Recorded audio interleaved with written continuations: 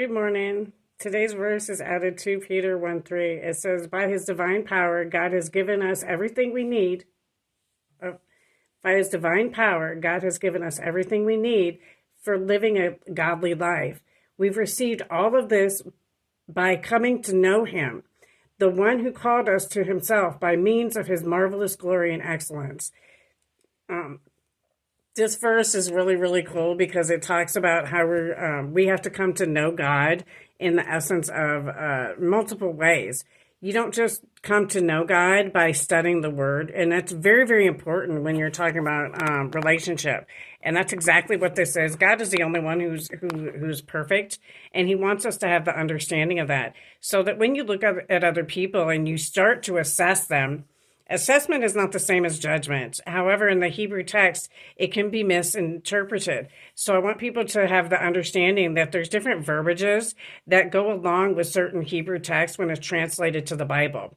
And in knowing this, you learn this by study, especially when you start communicating with other members of the parish and of the churches that are leaders and have studied the word professionally for years. And so when you talk about excellence, this is one of the things that we have to look at. How much are you studying in the Word? How much are you getting to know God? Because it's not just one thing that gets us, that helps us with our relationship with God and His excellence. And He provides everything that you need as long as you show Him. You're starting on that path in order to come to one with God in your relationship. He tells us as you study what is required of his children so that we may fulfill his purpose. And when you listen, and he will give you, he will show you in walking day to day as you study. There are verses that I studied years before I saw them actually come to life. And God showed me, hey, look, are you listening? Pay attention to this. I'm fixing to do something and show you.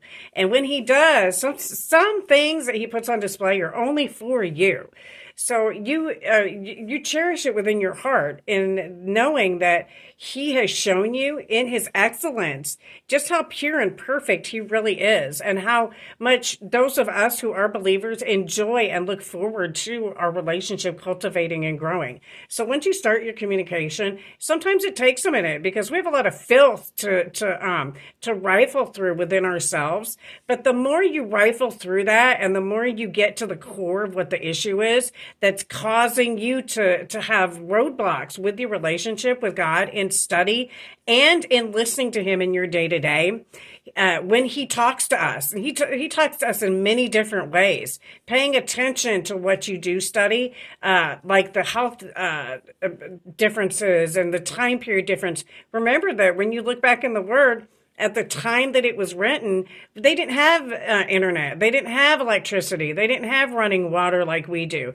We take a lot of these things for granted, and thinking that these were things that were already there way back then, when we as a community and a world had to build up to the conveniences that we have now. And so when you learn about that and learning about what the truth in suffrage is and how hard the people before us had it, in hoping that it helps us to grow and appreciate where we started from. So when you start to cultivate that relationship, you'll see those things as they transpire. God will show you in little ways just where we started from with the telephone or with true medicine, and watching and doing as instructed in the Word when it comes to healing, not just of our physical, but our spiritual bodies as well. And this is so important, again, when you walk your day to day, to make sure that you communicate and you have your relationship. I tell people all the time, 84% of people that go to church do not have a prayer life. And that's the saddest thing of all, that these guys go and get all dressed up, and that's of the flesh. The clothes that you wear to church are of the flesh. God tells you to come as you are, filthy. He doesn't care how ragged you are. He doesn't care how much you stink. He wants you there to hear what he has to say, because it's important. He wants everybody to hear the words, "Welcome home, my faithful servant, job well done." And you cannot do that if you don't start. You have to start somewhere with God's love. I hope I've been to help today, and God bless America. Have a blessed day. Back the badge and support the Purple Gang.